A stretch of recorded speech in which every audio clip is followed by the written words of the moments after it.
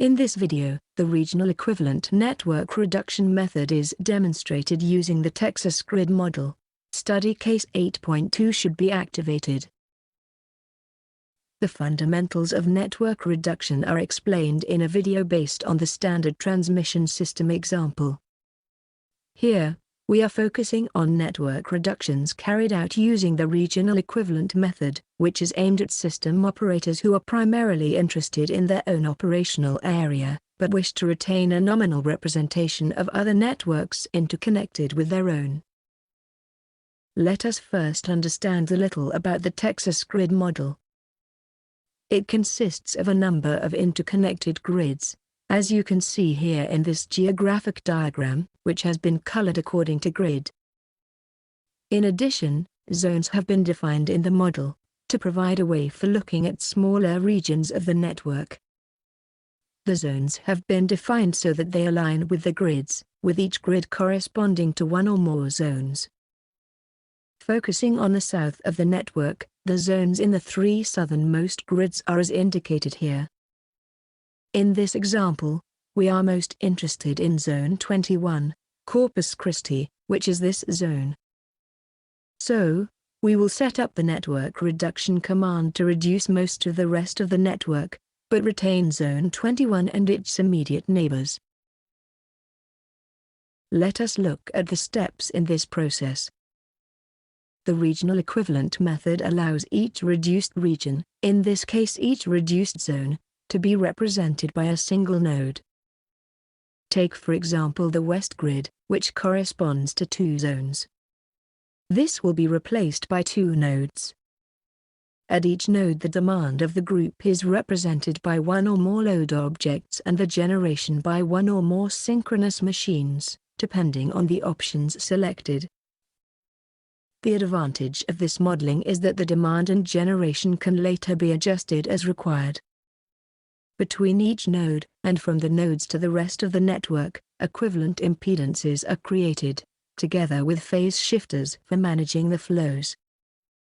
This network reduction part of the process is followed by an optimization step, where the values of the equivalent impedances are optimized, to ensure that the flows between the regions match the original flows as closely as possible.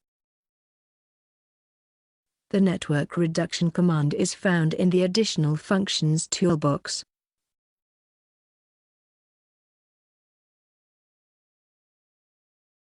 We can see that it is set up to use the regional equivalent method. And 23 zones have been selected for reduction. The optimized network reduction can be carried out for a single point in time, by selecting the calculation type load flow, or can be optimized for multiple points in time by using the quasi-dynamic simulation method. In this case, we will use the second option, so that the reduced network will be suitable for all times of day. More options are found on the regional equivalent page. On the Aggregation tab, there are settings which allow the user some flexibility in terms of the load and generator objects to be created. On the Impedance Identification tab, we find the settings which control the optimization process for the impedance values. Note that this process makes use of the standard system parameter identification function. An important input into the process is the user-supplied weighting factors, which are used to determine which flows are most critical when optimizing the impedances. In this example, as we are particularly interested in Zone 21, Corpus Christi, which is this part of the south grid, we have given a high weighting to the interchange flows for this zone. On the verification page, there are options for validating the reduced network, which have been selected.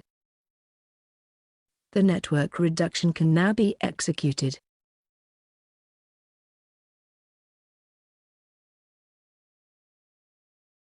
A new study case is created, and a network variation, which records all the changes.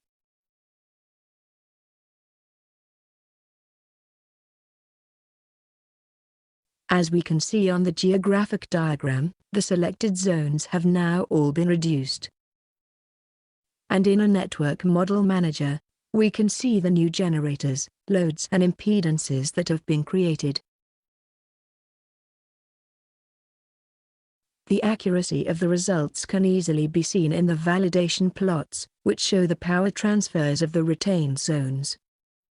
The differences between the flows before and after reduction are very small. We now have a greatly reduced network, which will result in much faster calculation times.